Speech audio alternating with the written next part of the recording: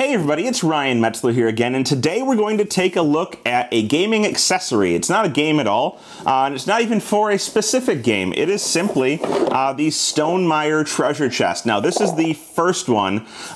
There's been a Kickstarter for a second one, but this is the first one that includes a lot of the resources like gold, stone, brick, wood, things you'll use for a lot of Euro games. A lot of Euro games have these simple components in them, and it includes a couple others, but we're going to have a very short review looking over these components, talking about the quality of them, then we'll come back at the end and I'll give you a very short summary, but you'll be able to make a decision on your own.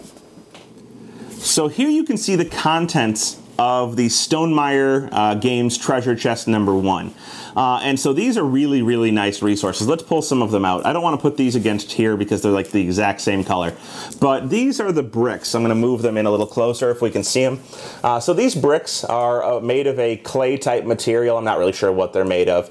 But they're even kind of, you can see the texturing on them if the camera will focus. There's even three little holes that you sometimes see in bricks on here. So very nice attention to detail, and they're an excellent replacement for the little, for example, the bricks in Stone Age or any other game that might use bricks. Can't think of any off the top of my head now.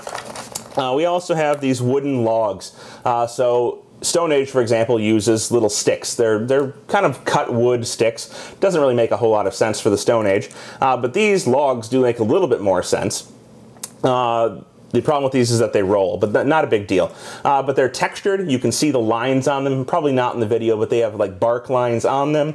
Very well made, and you could use them for, again, Stone Age. You could use them if you wanted to for Power Grid. Maybe you want to use them for Kalis, right? Kalis uses wood as well.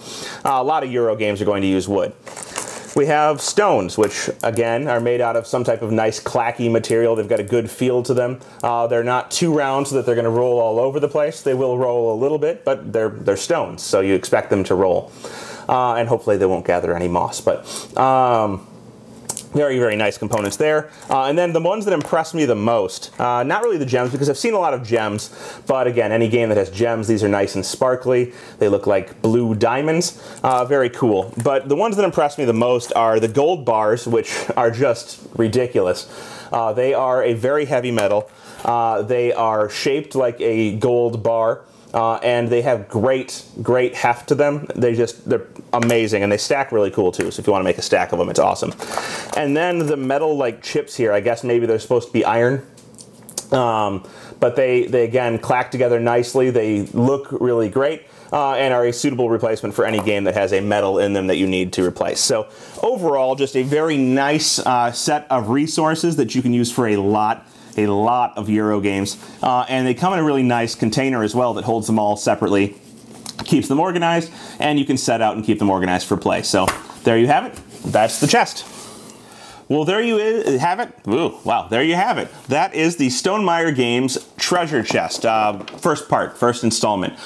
Overall, these are excellent quality components. They make your games that you're playing feel that much more thematic. So for example, we use it for Stone Age. You know, instead of having little stick-shaped wood, you have nice round log woods. Now, slight problem with these ones is that if they tip over, they just keep rolling forever. Slight design flaw here. They should have put like a little stub of a branch on here just to stop them from rolling once they started going.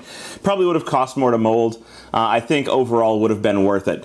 But all of the rest of the resources are excellent. The metal feels like metal. The gold looks and feels like gold. Stone even feels like stone. Overall, just excellent quality components that really do help out a game.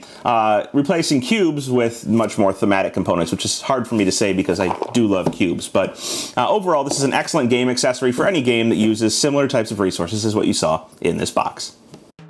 Thanks so much for watching the Dice Tower videos. Find more great videos and reviews, as well as our top-rated audio podcast at Dicetower.com. You can also find other great shows at Dicetowernetwork.com. I'm Eric Summerer, and you've been watching The Dice Tower. The Dice Tower is sponsored by Cool Stuff Inc., where you can find great games for great prices.